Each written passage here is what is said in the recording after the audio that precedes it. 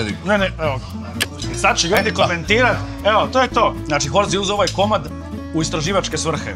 Nije zapravo zato što mu se sviđa. Onog trenutka kad se složimo u svemu, emisija je postala dosadna. Evo, na trećem mjestu, dakle, prekrasan ovaj zeleni list salate koji izuzetno upotpunjuje porciju luka. Na drugom mjestu luk, na prvom mjestu krumpir koji je zaista onako hrskav.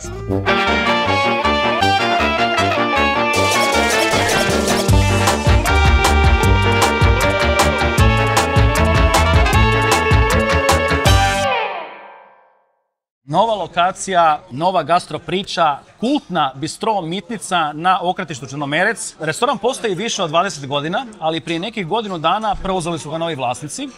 Zadržali su roštilj, ali sad ipak pokušavaju to malo dići na viši nivo, uveli su neka dnevna jela i naravno ja sam doveo svog prijatelja Horza na dobru mesinu, na njegove omiljene ljute paprike i na rakiju. Bez rakije ništa. Da, mislim da ćemo prvo započeti zapravo s rakijom, ajde da se tucnemo. Živio ljudi. Živjeli? Ova ide ko voda. Ko voda. A druga stvar, drago mi je da su zadržali mesne delicije, odnosno pečenje koje su imali, roštilj. I posebno se veselim zapravo jednoj stavci, za koju unaprijed znam da će biti na meniju, a to je teleća jetrica. Evo ga, sve si morao otkriti, sad ljudi znaju šta će Ne, ja znam da sam ja sad spojlao to sve, ali ja jednostavno veselim se tome i moram se to podijeliti sa svima. Svi znamo kakav je to delikates, ti si već imao prilike probati i jesti ovdje, rekao si mi fantazija, ja sam toliko uzbuđen da ti ja ne mogu opisati, evo. Inače, prvotno nisam planirao naručiti teleću jetricu, ali onda su mi rekli, gledaj, četvrtak je, imamo to danas u dnevnoj ponudi, uz sarmu. A četvrtkom jetrica?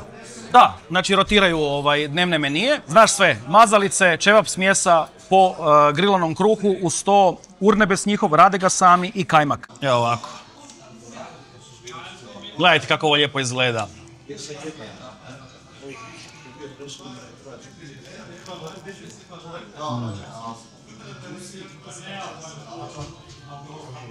Nema zapravo ništa ljepše od jela koje ti onako malo otvori tek apetit. Što ne? Još kad mi padne kajmak, to je super.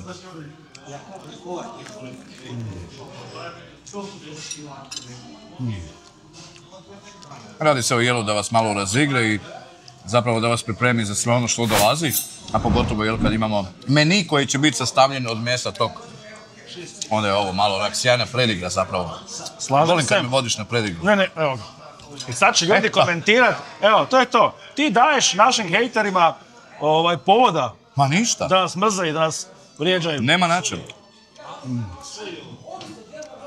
Ali jako dobro. Jel ti urnebes dobar? Ja mislim da je stvarno dobro napravljen i kremast i pikantan dovoljno. Čak mislim da je to po tvom nekom guštu. Još malo. Imam jednu veliku primjedbu. Fali nam rakije.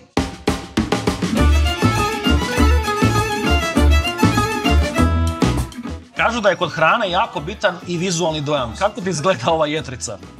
Pa, čuješ, prekrasno moram priznat, puno ljepše nego ti. U svakom slučaju, radije bi gledao jetricu nego tebe. Šalim se, ali fantastično izgleda, onaka lijepa tanka, vidi se da je lijepo pečena, sviđaju mi se ove šare, odnosno ove zebrice koje... Tako je, od grila i da nije prepečena, vidi se da je sočna. Nije prepečena i to ćete vi vidjeti kasnije kad ju prerežemo. A treba probati ovo ostalo. Da, prestani krumpir isto dobro izgleda, a ja sam sebi uzeo za probu, naravno probat ću i tvoju jetricu, sarmu. 70% svinjetina, 30% junetina, pitao sam baš kuhara i klasični pire krumpir, suho meso, to je to. Ajde, ti prvo uzmi jetricu i napravi presjek, pa ću ja na sarmu. Sad ćemo ovako prerezat. Trenutak istine, vidim da se lijepo reže. Da. Fino. Vidiš da je vidi se blago roskasta boja pri rubovima, znači pečena baš kako treba. Nije ni sirova što je bitno. I sad ću ja napraviti presjek sarme. Ti uživaj u... Ovo je hrvatska varijanta sarme. Stavlja se klasično mljeveno meso, riža. U Srbiji se još sve to popirja i onda se puni. Ali kao što znate, puno je recepata za sarmu i nijedan nije krivi. I svi su dobri. I svi su dobri. Jer znaš da ljudi kod nas vole pisati kao nije to prava sarma, nije ovakva, nije onakva. Ovo je dobra sarma, mi ju tako volimo. pirea malo. Okej. Tako. Eto.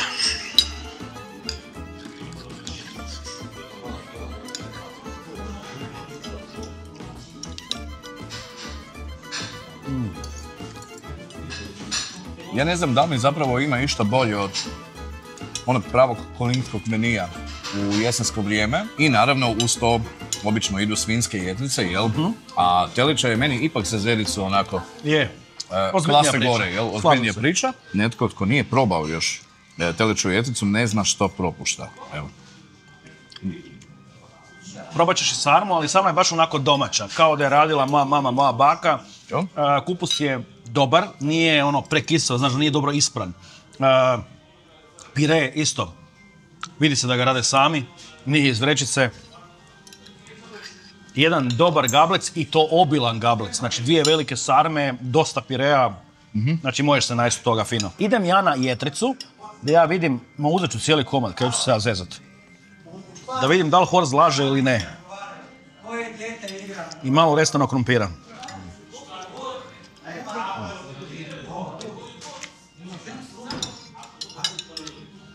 Ne znam jesi primijetio, uz to što je fino pečena, mekana, lijepo se osjeti grill, drveni ugljen. To da. Malo je onako mrvicu više protkana sa onim žilicama. Ok.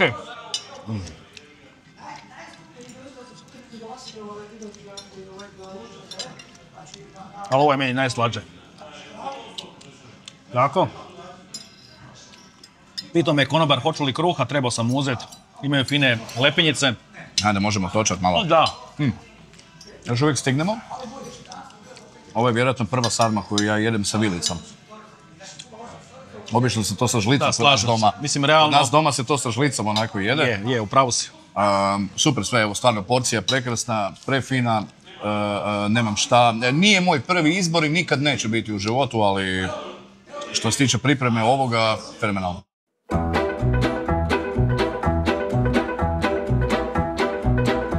Napokon, ono što smo svi čekali, a to je roštilj. Naime, Bistro Mitnica je prije svega poznata po roštilju.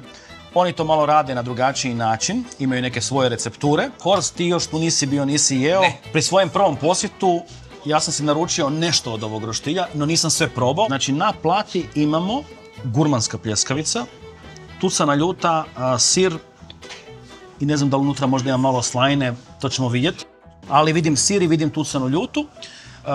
S ove strane nalazi se punjeni batak, znači sa sirom omotan u pancetu i imamo klasičnu punjenu vješalicu sa sirom, sa šunkom i ovo mislim da nije omotano u pancetu, nego je omotano samo u maramicu. Radi se o svinjskom kareu, ražnjići i njihove domaće roštilske kobasice, rade ih sami. Ovo znaš kaj je, za pečeni grah, Bože moj. Za tebe ljuta paprika, ulju i češnjaku i peršinu. Evo da se pohvalim sa svojim današnjim. To je za Horza, za mene kupus svježi i naravno njihove lepinje. Ribići ulove ribu, jel na rijekama, na jezerima, ja ulovim pečenu papriku po restoranima, to ti isto baš. Svaki put kad ja Horzu najavim neku novu emisiju, Horz prvo što me pita, hoće li biti ljutih paprika. Što si to uzeo? Da. Si uzeo batak, jel da? Jesam, uzeo sam batak, čisto da, a pazi kako se lijepo sir razvlači. Čekaj, evo da pokažem u kameru, da vidite sočnost. Fina panceta, odlično. Probat ćemo to, malo krumpirića. Malo graha. Lijepo izgleda, kremasto. Eto. I ti si uzeo gurmansku, ako se ne varam, tako je. Tako je. Pikantnu. Da. Znaš da ja volim pikantno.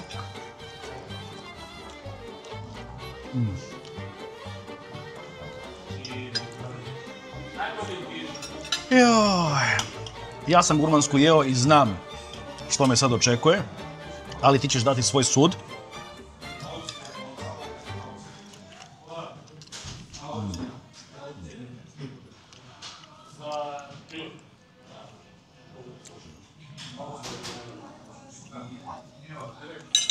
Moram ti reći sad vezano uz ovaj punjeni batak. sa sirom, da već smo probali raznih opcija, izvedenica tog jela. Ja uvijek kod piletine biram ono tamnije. Ja sam već rekao puno puta zapravo svoj sud o bijelom mesu, da je meni sve nekako sočnije i ukusnije uz to tamnije meso. Je. Pa samim time i ovaj punjeni batak. Probat ću sad vješalicu, ali nisam siguran da će me opovrgnuti. Slažem se. Evo, imam laganu predrasudu, ali... Probaj. I to ću odmah sad. Ja recimo osobno nikad ne bi koristio za punjenje bijelo meso, bijelo pileće meso, dok recimo batak zabatak obavezno. Dok isto tako recimo kod vješalice svinjski harez zna biti suh, to znaš i sam, dok recimo lungić, odnosno svinjski file, se puno bolje ponaša, samim time je i skuplji. Ali pogledaj ovo, pa ovo je ko desert, a ne kao glavno jelo, jel? Gledao sam kad si rezao, izgleda to mekano, stari. Sad ćemo vidjeti.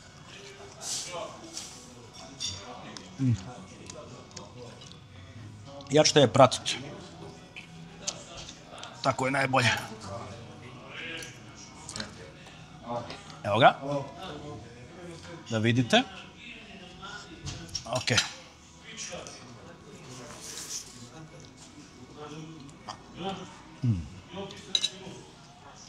Ostajem kod svoje tvrdnje. U srazu ova dva jela meni je punjeni batak uvjerljivo nadmoćniji i ukusniji i finiji. Nisam mu ništa rekao prije same degustacije, ali kad sam došao ovdje na provjeru, batak mi je bio jedan favorita. Ti si sad samo potvrdio neki moj ukus. Znači, fantastično je. Da, batak je fenomenalan od punjenja, mekoće, sočnosti. S time da se razumijemo, i punjena vješalica je odlična, mekana je, a radi se o kareu koji je često suh. Ali opet, kažem, imamo svoje favorite, jel? Apsolutno. Čekam komentar. Što je unutra da je drugačije? Ne znam, ali toliko je dobar okus i baš je drugačija. Primijetio si to dobro? Primijetio sam. Znači drugačija od svih koje smo do sad jeli. Tako je. Potpuno drugačiji okus jela. Kako je to moguće? Ja želim znati u čemu je tajna.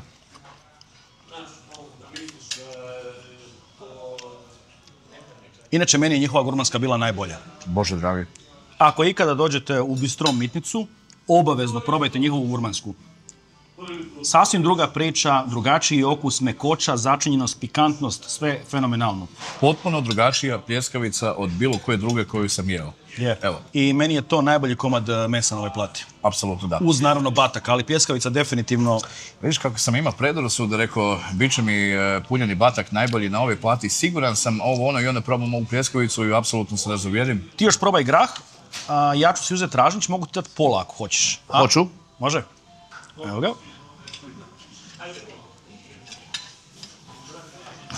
E sad, što se tiče ražnjića, ja si to rijetko naručujem u restoranima jer su većinom ko opanak. Sad ćemo vidjeti što su ovdje napravili s njima. Ja ne znam šta bi to bilo da si ja u restoranu naručim ražnjiće. Što ne?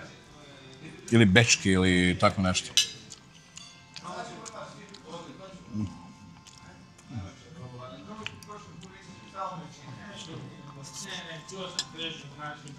Evo, pogledajte.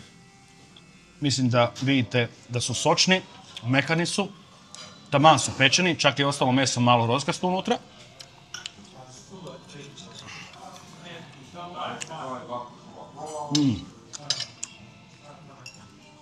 Ma dobri su i ražnjići, brate. Mekani, mekani. Malo je možda nezahvalno nakon ovakve prekrasne pljeskavice pojest ražnjiće ili kobasu ili nešto treće. Sad će sve to pasti u drugi plan. Znači, sve to pasti u drugi plan, ali Bože moj dragi, nek mi svi oprosti, ali nisam znao da je gurmanska tako dobra. Ozbiljno ti volim, ja bi nju ostavio za kraj da sam ja znao da je toliko dobra. Ali da sam ti rekao, onda bi utjecao na tebe, što ne? Ajmo vidjeti kakva je kobasica.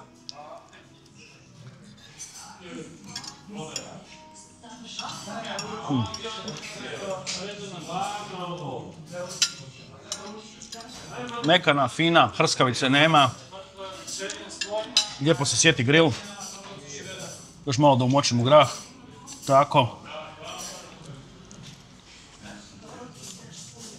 Ali ovo što je Horst rekao, nakon ovakve gurmanske i punjenog batka, nažalost, dobra roštilska kobasica, to je to. Fantastično. Mislim na platu. Kvasu nisam još ne probao, ali mislim na platu fantastično. Sve mi je nekako uvođeno. okusi su mi fenomenalni, jedinstveno mi je, a to je teško danas zapravo dobiti u kuhinji kad je nešto jedinstveno. Posebice kod roštilja. Da. Svaki drugi restoran ima roštilj. Ja sad za ovu gurmansku stvarno mogu reći da je posebna, najposebnija koju sam jeo do sada, evo stvarno ne lažem. Ti i ja smo pojeli dosta pljeskavica. Evo sad nedavno smo bili u Public Grillu, odnosno Grillu by Public, i bila je fenomenalno napunjena, ali ovo je skroz druga priča. Druga dimenzija pljeskavice, što ne? Apsolutno druga dimenzija. Ovo je pljeskavica gurmanska u 4D. Razvaliti sve 4 dimenzije koje postoje, razumiješ? Iako sad već postoji 6D, jel koliko čujem. Evo ja ću mali samo komadić.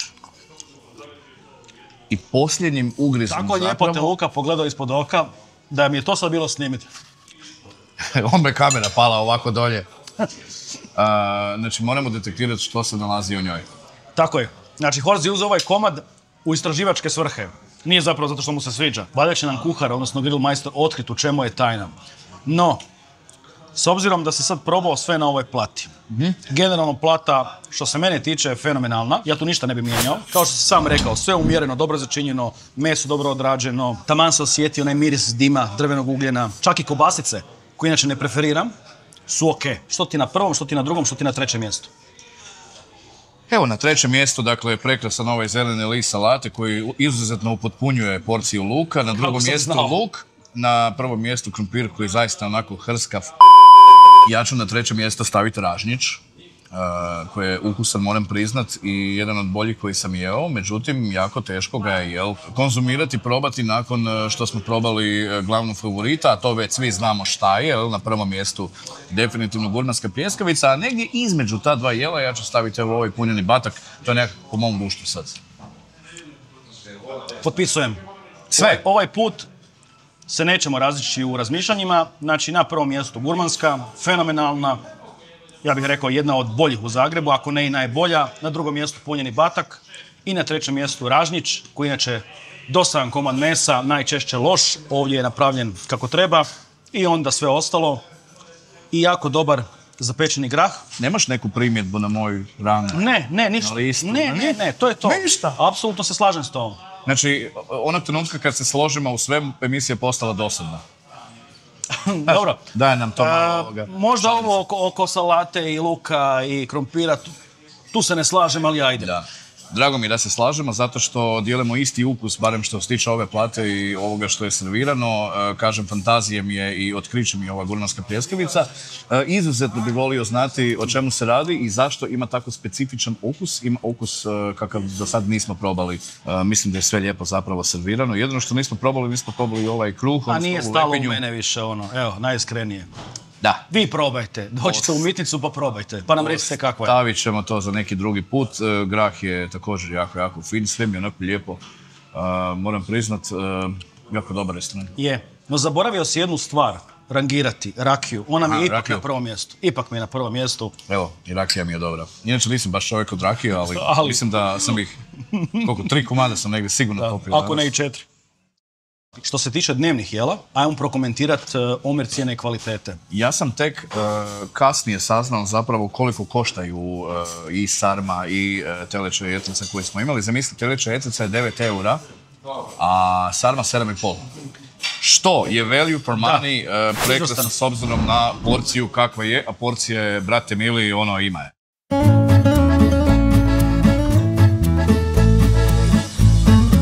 Bistro Mitnica ima veliku preporuku od gastrotražilice.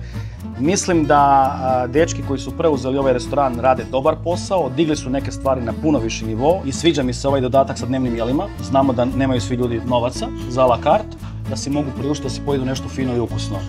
Vama ako se sviđa ovaj sadržaj, zapratite nas na svim društvenim mrežama, pretplatite se na naš YouTube kanal, besplatno je, i gledamo se u idućoj epizodi Gastrotražilice. Tako je, a do tada živjeli, doduše sad sa praznom, ali bit će puna.